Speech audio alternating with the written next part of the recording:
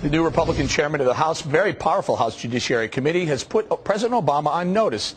Be prepared for investigations. One of the first potential targets, an organization close to President Obama's own heart, ACORN, has the time finally come to shine a real light on this organization's shady dealings. Joining us now with more is Matthew Vadum, senior editor at Capital Research Center. Sir, you've been on the show before. Appreciate having you back. ACORN, in fact, Thanks, the last Eric. time we were on, we were talking about, aren't they just going to, I don't know, declare bankruptcy and come back as B-Corn? And they said, well, maybe.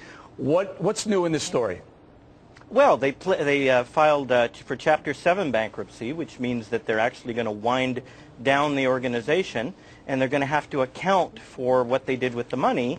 And I didn't expect they would do that, but there it is. They did it. They are also doing it so that they can not have to pay back $1 million that they borrowed from Forest City Ratner.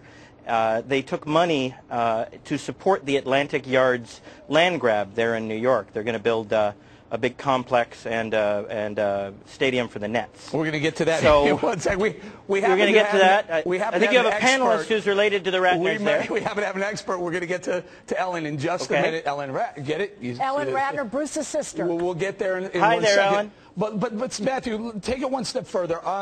Did Mr. Obama excuse? Did he say let's not pursue some of these investigations of voter fraud, vote tampering, et cetera, or are they still open investigations?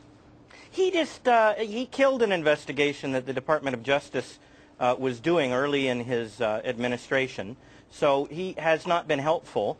I still have a FOIA request pending with HUD. Sean Donovan, the HUD secretary, was very close to ACORN for 5 years when he was Mayor Michael Bloomberg in New York's Housing Development Commissioner. So there are a lot of unanswered questions. The FOIA request is 8 months old this month.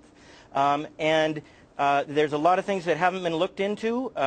President Obama was very, he's not specific. Sir, real quickly, you say that there may have been some legal advice given to ACORN by one of the investigators into the ACORN case. Is that right? Pretty close. Let me just explain. Congressman Gerald Nadler, Democrat, New York, is chairman of one of the subcommittees of the House Judiciary Committee right now.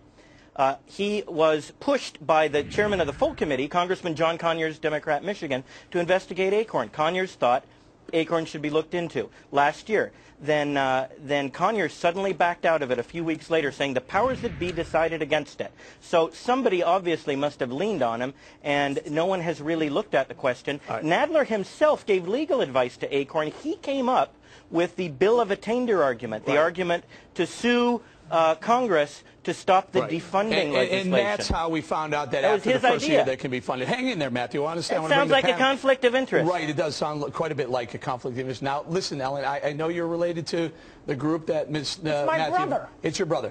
You can choose not to talk about this. You can't. I mean, I'm happy to talk about it. Even though I don't really know my brother's business, I do know something about the Atlantic Yards project, and I do know something about ACORN and Bertha Lewis. And it was a public partnership that actually was approved of by the city and the state, as I understand it. I could be wrong. And it was to bring jobs to Brooklyn in terms of construction, et cetera. And people like him who can go all he wants about, you know, how these people are getting rich and all this kind of stuff. Well, frankly, the Brooklyn project is really about bringing jobs to Brooklyn. I happen to know my brother. I've known him my whole life. Now let me turn it. Hold on, Matthew. I know you want to jump in, but let me ask you this now. What about ACORN? Let's stay on ACORN for a second. They're being investigated, and then one of the insiders into the investigation or into the committee that may be investigating them says, I got some legal advice for you. Conflict?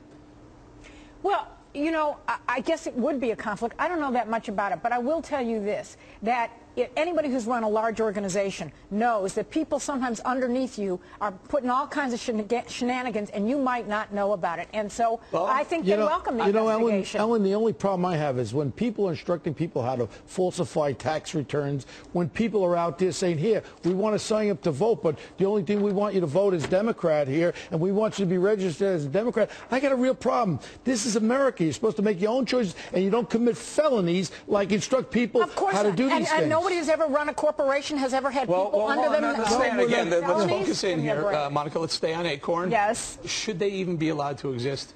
Look, it took a fake pimp and a fake prostitute to expose the wrongdoing, the criminal wrongdoing of ACORN. And the result of that was that Congress, let's be clear, ACORN had a lot of public funding, taxpayer dollars coming into it.